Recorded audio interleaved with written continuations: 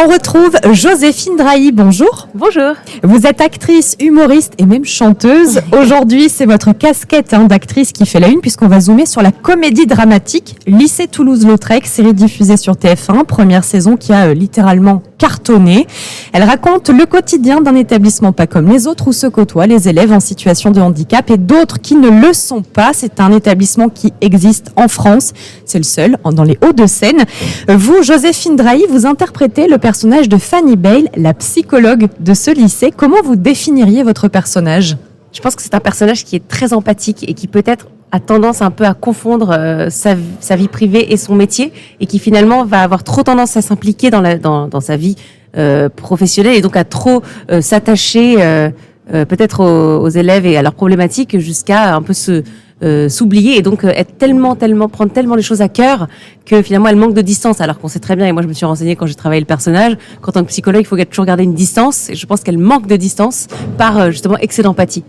Alors, excès d'empathie, psychologie, c'est dans cet établissement qui est assez particulier, mais finalement, est-ce que la psychologie, ça a sa place au sein de l'école aussi, peut-être dans l'école de demain ? En tout cas, moi, je pense que l'école est un milieu, personnellement, de grande violence. C'est une forme de micro-société, mais qui peut être un peu sans pitié à certains égards. Moi-même, j'ai un petit garçon qui va rentrer à l'école en septembre, et j'avoue que j'ai beaucoup de pensées qui me traversent, de peur, quoi. Et donc, je pense que s'il y avait un accompagnement psychologique institué, ça calmerait en fait globalement tout le monde, et ça accompagnerait en effet. Alors oui, c'est ça pourquoi faut que ce soit dans un milieu où, parce que le lycée Toulouse-Lautrec, c'est un milieu qui est médicalisé. Il y a énormément, le personnel enseignant et pas le personnel médical, et donc la psychologie s'inscrit dans ce secteur-là, alors que je pense qu'en effet ça serait tout à fait nécessaire dans le milieu scolaire public.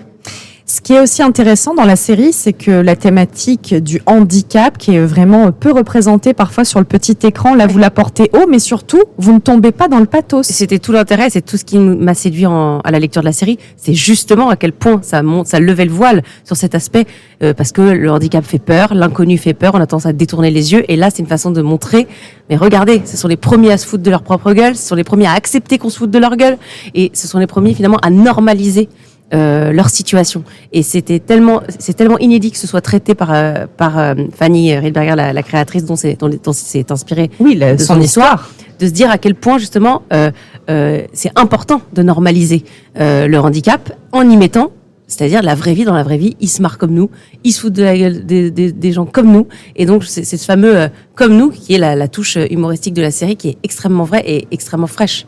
Touche humoristique, vous le dites, c'est très frais, c'est pétillant à regarder. Est-ce que, selon vous, c'est ça aussi qui fait le succès ? Les téléspectateurs, peut-être, oublient le handicap qu'il y avait initialement. C'est en ça que la série est réussie, c'est en ça que le pari de la série est réussi, parce que on avait, et je pense tout le monde devait avoir un petit doute à la diffusion, de se dire, est-ce que les Français vont se fédérer autour de ça ? Il y en a qui auraient pu réagir comme face au handicap, c'est-à-dire détourner les yeux, dire ah non mais j'ai pas envie de voir ça. Et en fait non, les Français ont aimé justement peut-être voir exposer cette vérité sur le handicap, qui finalement a aussi changé, je pense, un peu les mentalités. Enfin, moi la première. Et c'est vrai qu'on le voit avec les chiffres qui ont été particulièrement intéressants. Alors, il y a la saison 2 qui a été annoncée officiellement, et le tournage. Oui. Est-ce qu'on a le droit d'avoir un petit mot ? Alors, en fait, la tonalité, c'est ce que dit Fanny, la créatrice, on suit un petit peu ce qu'elle dit déjà quand même, c'est que ça démarre quand même fortement sur le deuil du personnage de Charlie, qui est mort en fin de saison. Et c'est vrai que c'est beaucoup sur comment chacun fait son deuil. C'est la façon de chaque élève et de chaque enseignant de prendre d'avoir l'impact de cette mort, et comment elle va infuser chez chacun. Ça démarre comme ça. Et après, voilà, il y a des trajectoires, et ça reste beaucoup aussi au niveau des thématiques des ados et de leurs avancées amoureuses et d'amitié. Mais ce point fort de démarrage reste présent au début de la série. Et comme c'est vraiment tourné au niveau de la période de l'adolescence, il y a quand même beaucoup l'enjeu du regard de l'autre dans la série. Oui, forcément, ça c'est sûr. C'est hyper abordé. Ah oui, ça c'est sûr. Et ça continue de l'être dans la saison 2, même si c'est pas forcément en fait, c'est infusé un peu partout, quoi. C'est pas forcément une thématique de trajectoire directe, mais ça reste présent, oui. Et puis pour finir, Joséphine Drahi, vous êtes multicasquette, je le disais, toujours plein de projets. Est-ce que vous êtes sur autre chose en parallèle ? Oui, plusieurs projets. Alors après, donc moi j'ai terminé l'écriture de mon 3e spectacle, dans lequel il y a aussi de la musique. C'est pour ça que quand je parle d'autres choses, je pense à la musique qui est le plus différent, on va dire, de ce que je fais.